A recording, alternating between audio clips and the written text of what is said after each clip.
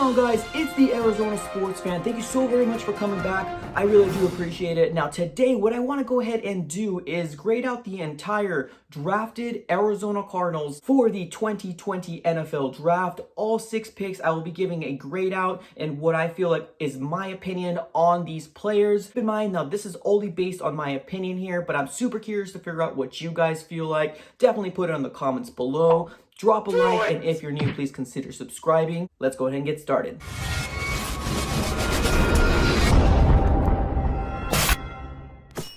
What's going on, guys? Welcome back. Now, like I mentioned in my intro, what we're going to go ahead and do today is we're going to go ahead and grade out the 6 picks for the Arizona Cardinals that went ahead and took place on this recent NFL draft. Before we go ahead and get started, I want to go ahead and say this. As I recently went ahead and partnered with the fantasy football counselor. If you don't know him, he's going to be the biggest fantasy football talk in all of Instagram. He has a really huge following on there, and he created a really awesome tutorial program, whatever have you here, to go ahead and give you step by step and show you how you're going to be able to dominate your league this coming year. Now, if you're curious to find out here, I'm going to put a link in the description below. It's basically some classes to ensure that you dominate your league this year. If you're a part of the fantasy football league here for the Arizona sports fan, you guys might definitely need it. But I believe it starts around $16. You could definitely find out all the details on the link below, and definitely use that link and it will go ahead and tell the fantasy football counselor that I went ahead and sent you. Alright guys, so now on to the topic of choice. What I wanted to talk about is going to be grading out the 6 players that the Arizona Cardinals drafted. Now, obviously right now everybody knows who's been following this channel that I love CeeDee Lamb. No, it did not go that route. Are you out of your mind? What the Arizona Cardinals went ahead and did was got the best player available, which I completely 100% respect that, and they went ahead and got Isaiah Simmons. The reason for that is because he's so versatile. He can be used in any different which way. He can be used as an edge rusher. He can be used as an inside linebacker. He could even be used as a safety. As of right now, I don't know what the plans for the Arizona Cardinals is to use Isaiah Simmons, but definitely, Vance Joseph, you have a great player to go ahead and use. Make a scheme to basically make him flourish and make him the focal point of this defense here. Now, in my personal opinion, I would love for him to start as the inside linebacker, but I think that there might be some rumbles that he might start off as strong safety, which I definitely have no problem with that. But Isaiah Simmons was the steal of the entire NFL draft. We have multiple people that were picking before us, like multiple different fans that were super upset that they went ahead and did not get Isaiah Simmons. Now, at this point, it's up to the Arizona Cardinals to go ahead and use him to the best of his ability. I would go ahead and do for Isaiah Simmons, I'm going to go ahead and grade him as an A+, because he was definitely the steal of the entire draft, in my personal opinion, but he is definitely a playmaker, and that's all I can really ask for the 8th overall pick for the NFL draft. To the next round here. Now, everybody knew we did not have a 2nd round pick. Now, I remember watching the draft here, and I was seeing Josh Jones slipping. Now, that was kind of something to me where I was really excited about it, because I do know that we need some offensive line help, especially on the right tackle. We need a little bit more depth.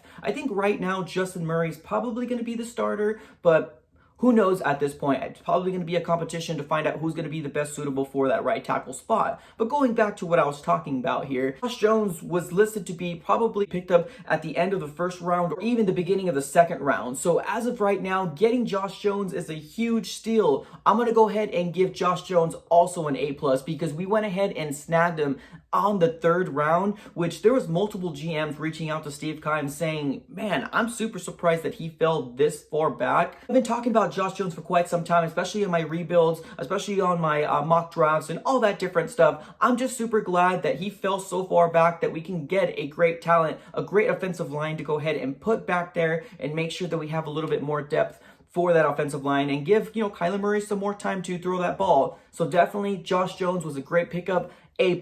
Now on to the next pick. It was Lakai Fotu out of Utah. He's a defensive lineman. Now, 100% here, I don't know really much about him. I was trying to look at a couple different things, some highlights. But the thing is with highlights, it doesn't really show you exactly how a player he is. There's a lot of people out there saying that he's a really good prospect. So at this point, I'll go ahead and believe you. I was looking at his stats here. It seems like he had 1 forced fumble, 6.5 tackles for loss, and 0.5 sacks. Now, those numbers don't scream out big. Completely understand. But Lakai Fotu is definitely a big individual. Now, as of right now, we do need some interior defensive line help, which at this point, if we can bring some prospects in, I would be really excited to go ahead and see him flourish within the Arizona Cardinals scheme.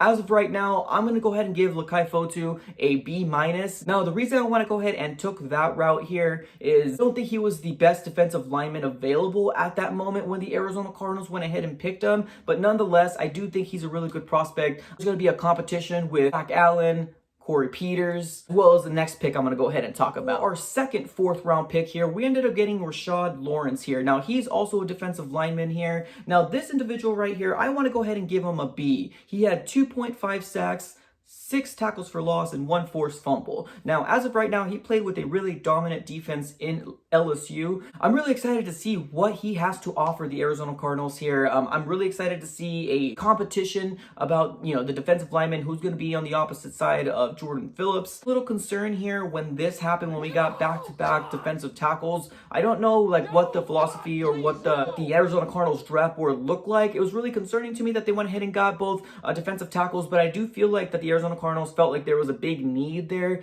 in that spot. So I think that's why they went back to back and getting, these two prospects in Lakai Fotu as well as getting Rashad Lawrence, just to make sure that we have a piece there, which, in that sense, it makes sense that they went ahead and did it.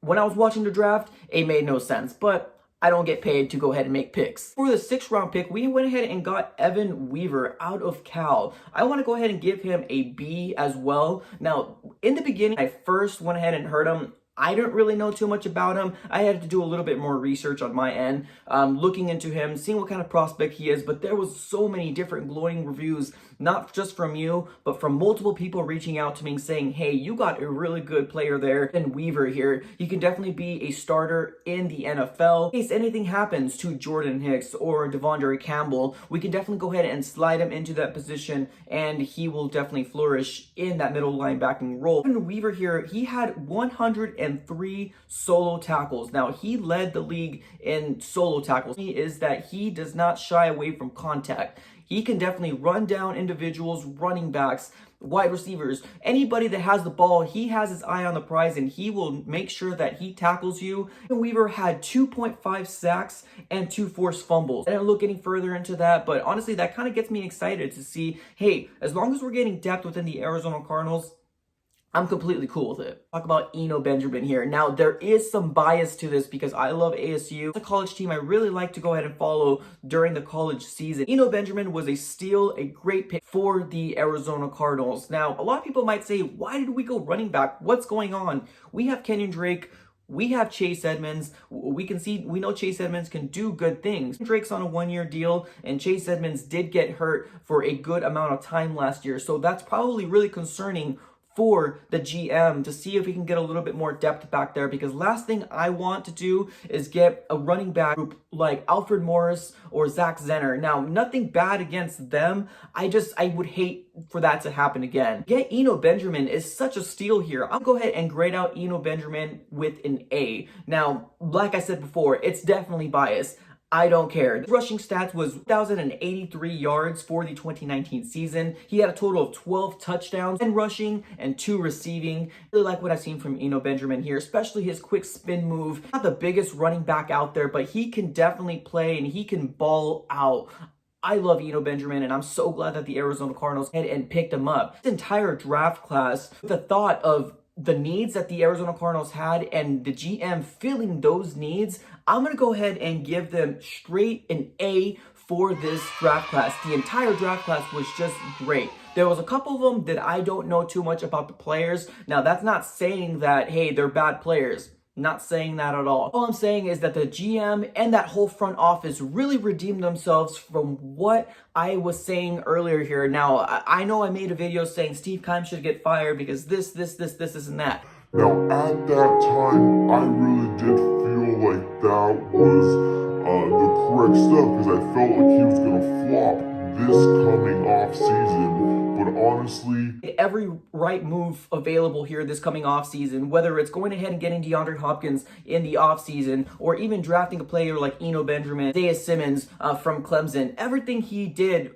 felt like the right direction for the Arizona Cardinals. So at this point, I can't really do very much but say I'll tip my hat to you, sir. You did a very good job this offseason. Entire class, I want to go ahead and give an A. They did a very good job in that front office, but that's all I got. Let me know what you guys think in the comments below. Where did I grade too good for people? Definitely put it in the comments below. If you feel like I went ahead and didn't do justified to some players, definitely put that in the comments below. I love to hear your guys' comments and concerns, but that's all I got for this episode, guys. Thank you so very much. I'm out.